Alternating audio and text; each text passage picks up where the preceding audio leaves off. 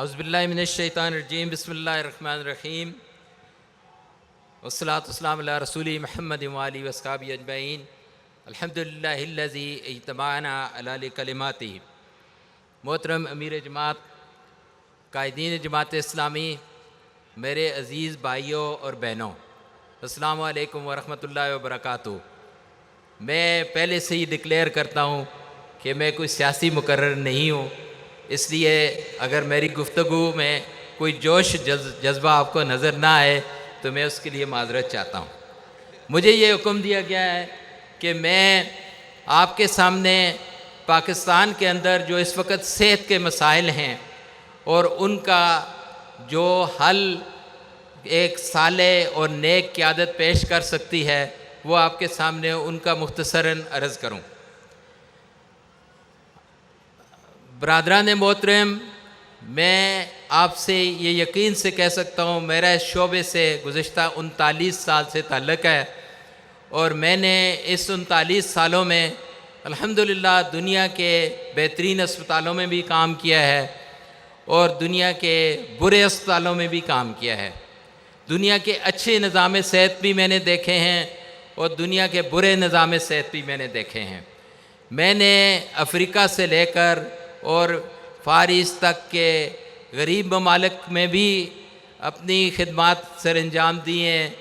और यूरोप के अमीर ममालिक में भी रहा हूँ। मैंने जो कुछ पाकिस्तान में देखा है ये एक बड़ा ही मुनफरद है। यहाँ का निज़ाम सेहत बहुत ही मुनफरद है,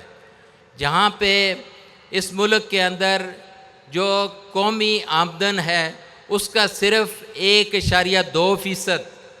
सेहत के ऊपर खर्च किया जाता है, कौमी आमदन का, जबकि नज़दीक ही हमारे श्रीलंका जो हम जैसे ही शायद एक डेवलपिंग कंट्री है उसमें 4% से ज़्यादा इसके ऊपर खर्च होता है। इसी तरह ईरान जो हमारे करीब है 6% से ज़्यादा इसके ऊपर खर्चा करता है, जबकि WHO कम अज़ कम डेवलपिंग कंट्रीज़ में 6% और जो डेवलप कंट्रीज़ हैं उनमें 10% से ज़्यादा इसके ऊपर खर्च होता है।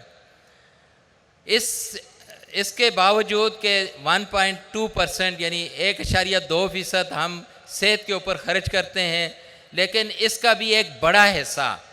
जो इस 1.2% का भी एक बड़ा हिस्सा जो अवामन नास के ऊपर खर्च होने के बजाय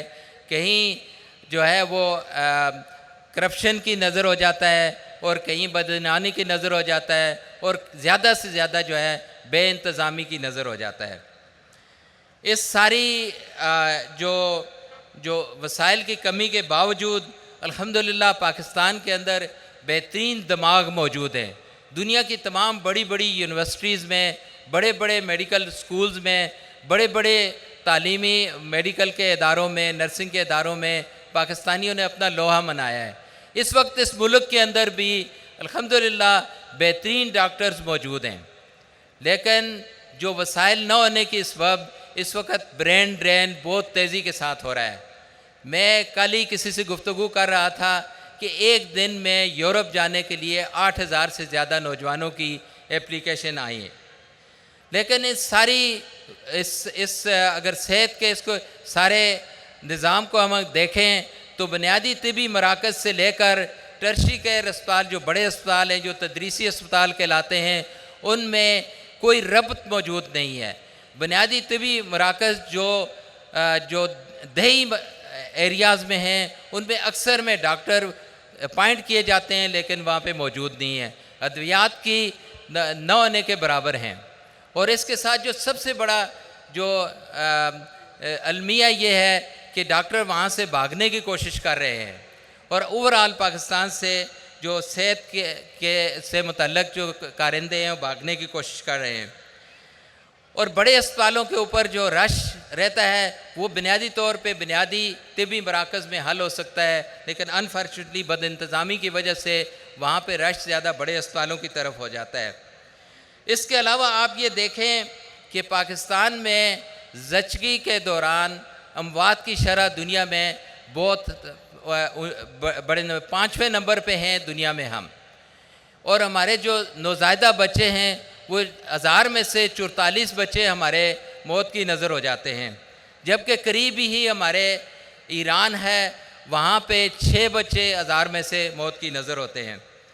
इसके अलावा अगर आप ये देखें कि पानी साफ़ ना मिलने की वजह से,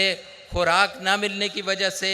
और उसके अलावा ग़िज़ाई किल्लत के अलावा जो हमारी जो पर्टिकुलर जो बच्चों नौज़ायदा बच्चों के लिए जो खुराक ना मिलने की वजह से जो बच्चों के अंदर ज़हनी अमराज में दिन ब दिन इजाफ़ा हो रहा है। पाकिस्तान दुनिया में इस वक्त पहले नंबर पे शुगर की बीमारी में मुब्तला है, और उसकी पेचीदगियों से बेशुमार और पेचीदगियाँ जिसमें दिल की बीमारियाँ हैं, गुर्दों की बीमारियाँ हैं, आँखों की बीमारियाँ वगैरह वगैरह जो है उसमें इजाफ़ा होता जा रहा है, और हर साल हमारा डिज़ीज़ बर्डन जो है वो बढ़ता जा रहा है। इसके अलावा आप ये देखें कि इस वक्त जो अद्वियात हमें दी जा रही हैं उनमें स्पूरियस ड्रग्स या जिसको हम कहते हैं जहली अद्वियात जो हैं उसमें दिन ब दिन इजाफ़ा हो रहा है। जो अद्वियात की कीमतों में होशरबा इजाफ़ा हो चुका है, और उसके कोई रेगुलेशन नहीं है कि अगर अद्वियात में कहीं कि नई दवाई आ जाती है या पुरानी दवा जो मौजूद है उसमें जो उसकी दवाओं की जो कीमतें हैं वो आसमान से बातें कर रही हैं, और उसमें कोई रेगुलेशन नहीं है, जब चाहते हैं अपनी कीमतों में इजाफ़ा देते हैं। आप देखें कि पाकिस्तान में तबे दिक में जो दुनिया में एरेडिकेट हो रही है, हम तबे दिक में इस वक्त भी पाकिस्तान में दुनिया में 5वें नंबर पे हैं। अगर आप ये देखें कि पाकिस्तान में 10 मिलियन लोग हेपेटाइटिस सी का शिकार हैं, जो एक क्योरेबल डिजीज़ है। 98% यानी 98% लोग जो हैं इससे सेहतयाब हो सकते हैं, लेकिन निज़ाम न होने की वजह से वो सिसक के मर रहे हैं, और हम सारा पैसा इस पे खर्च कर रहे हैं कि हम ट्रांसप्लांट कर लें लिवर का, लेकिन बीमारियों को रोकथाम के लिए हमारे पास किसी किस्म का इंतज़ाम नहीं है। इसके अलावा दिल की बीमारियाँ, कैंसर और बाकी जो दूसरी बीमारियाँ हैं इनमें इजाफ़ा होता जा रहा है। हम दुनिया के उन 2 ममालिक में से हैं जिनमें अभी तक हम पोलियो को एरेडिकेट का ख़त्म नहीं कर सके। साथ ही हमारे ईरान, हमारा बहाना ये है कि चूँकि अफ़गानिस्तान से ये वायरस ट्रांसमिट होता है, हम उसको स्टॉप नहीं कर सकते। हमारे करीब ईरान ने 2004 में इसको एरेडिकेट कर दिया, ख़त्म कर दिया था। इंडिया ने 2014 में ख़त्म कर दिया था, और हम बिलियन रुपीज़ इसके ऊपर खर्च करने के बावजूद अब तक इसको ख़त्म नहीं कर सके। इसके अलावा आप देखें कि हमारे यहाँ जो उम्र की एवरेज है वो 67% है। इसमें भी आप देखें कि दुनिया के 130 ममालिक में हमारा नंबर है, यानी 67% हमारी एवरेज है। और इसके अलावा आप ये देखें कि जो मेडिकल एजुकेशन है, जो हम डॉक्टर तैयार करते हैं, वो दिन ब दिन महंगी होती जा रही है। अब एक डॉक्टर को तैयार करने के लिए मिनिमम प्राइवेट मेडिकल कॉलेजेस में आपको 1 करोड़ रुपया दरकार होता है, और कहीं पे इससे भी ज़्यादा पैसा दरकार होता है, जिसको रेगुलेशन करने की बहरहाल ज़रूरत है। इसके अलावा आप देखें कि पाकिस्तान को 1.2 मिलियन यानी 12 लाख नर्सेज़ की ज़रूरत है, जबकि हम अगर इसी पेस पे लगे रहें तो आइंदा 50 साल तक हम इन नर्सेज़ को तादाद को पूरा नहीं कर सकते। लेकिन इस सारी सिचुएशन में हम अगर थोड़ा सा इस पे गौर करें तो सारा निज़ाम बदइंतज़ामी का शिकार है। जो प्राइवेट में जो इंस्टीट्यूशंस हैं वो भी बदइंतज़ामी और बेरारवी का शिकार हैं। इस वक्त जो प्राइवेट इंस्टीट्यूशन है उनकी कोई रेगुलेशन नहीं है कि उनके प्राइवेट अस्पतालों में जो चाहे जो अपनी जिस किस्म की अद्वियात दें, जिस किस्म का इलाज मुहैया करें और जिस किस्म की कीमत लगा दें, उसके ऊपर कोई चेक मौजूद नहीं है कि एक ही जगह पे एक सर्जरी 50,000 रुपये में हो रही है, दूसरी जगह वही सर्जरी 5 लाख रुपए में हो रही है, और उसके ऊपर कोई किसी किस्म का चेक नहीं है। जबकि 70% हमारी आबादी जो है वो आउट ऑफ पॉकेट यानी अपने जेब से पैसे खर्च करके ये सहूलत हासिल करती है। और उस 70% जो हमारी जो पॉपुलेशन है, जो हमारी जो प्राइवेट सेक्टर है, वो तकरीबन 75 से 80% इस वक्त फराम कर रहा है, लोगों को सेहत की सहूलत फराम कर रहा है, लेकिन इसके लिए किसी किस्म की रेगुलेशन मौजूद नहीं है, ना इनकी कहीं पे नुमाइंदगी मौजूद है। हायर एजुकेशन कमीशन में Pakistan medical and dental council में, नर्सिंग काउंसिल में, फार्मेसी काउंसिल में और जितनी भी दूसरी काउंसिल्स हैं, इसके अंदर प्राइवेट सेक्टर की कोई नुमाइंदगी या उनकी सह मौजूद नहीं है। इस तरह दोनों अपने जो है ना अपने अपने रुख पे चल रहे हैं। अब इन सारी जो मुसीबत है, ये सारी जितनी भी जो बेइंतज़ामी है और सारा जितना भी इस कज़िया है, इसका हल क्या है? तो मेरी नज़र में जो सबसे पहला हल हो सकता है वो साले क़यादत हो सकती है और दयानतदार लोग हों जो दयानतदारी के साथ जितने वसाइल मौजूद हैं उसका सही इस्तेमाल उसमें लाए। और इसमें बजट में बतदरीज इजाफे की ज़रूरत है। और जो WHO या वर्ल्ड हेल्थ ऑर्गेनाइजेशन ने जिस तरह 6% तक 6% कम अज़ कम बजट को मुकर्रर किया है, उसको हम आहिस्ता बतदरीज 5 सालों में उसको पूरा कर सकते हैं और ये हो सकता है। मेरी नज़र में दिफा और तालीम के बाद सबसे ज़्यादा पैसा जो है वो सेहत के ऊपर खर्च होना चाहिए। इसके बाद जो है, जो हम लोग जो है ना बड़ी बड़ी बीमारियों का इलाज करने का सोचते हैं, कभी क्या तदाबीर करते हैं और हमारे जो बड़े बड़े अमीर लोग हैं वो तो मुल्क से बाहर चले जाते हैं या किसी प्राइवेट अस्पताल में चले जाते हैं। लेकिन जो एक आम आदमी के लिए जो बुनियादी सेहत की ज़रूरियात हैं, उसके लिए मेरी नज़र में सबसे अहम चीज़ जो है वो प्रिवेंशन है या इन बीमारियों का तदारक करना, यानी इनको होने ही ना दिया जाए। और जो ज़्यादातर बीमारियां ऐसी हैं कि जिनको बहुत आसानी के साथ प्रिवेंट किया जा सकता है। मैं आपके सामने एक मिसाल रखता हूं कि इस वक्त पाकिस्तान में 19.5% मर्द और 6.5% औरतें स्मोकिंग करती हैं, यानी सिगरेट पीती हैं या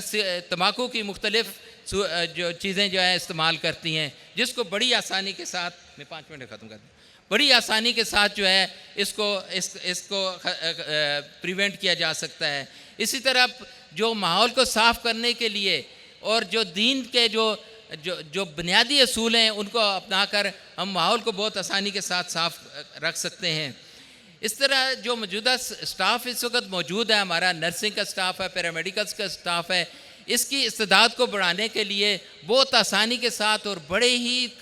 कम वसाइल के साथ इंशाअल्लाह हम इसके लिए एक मरबूत निज़ाम वज़ा करके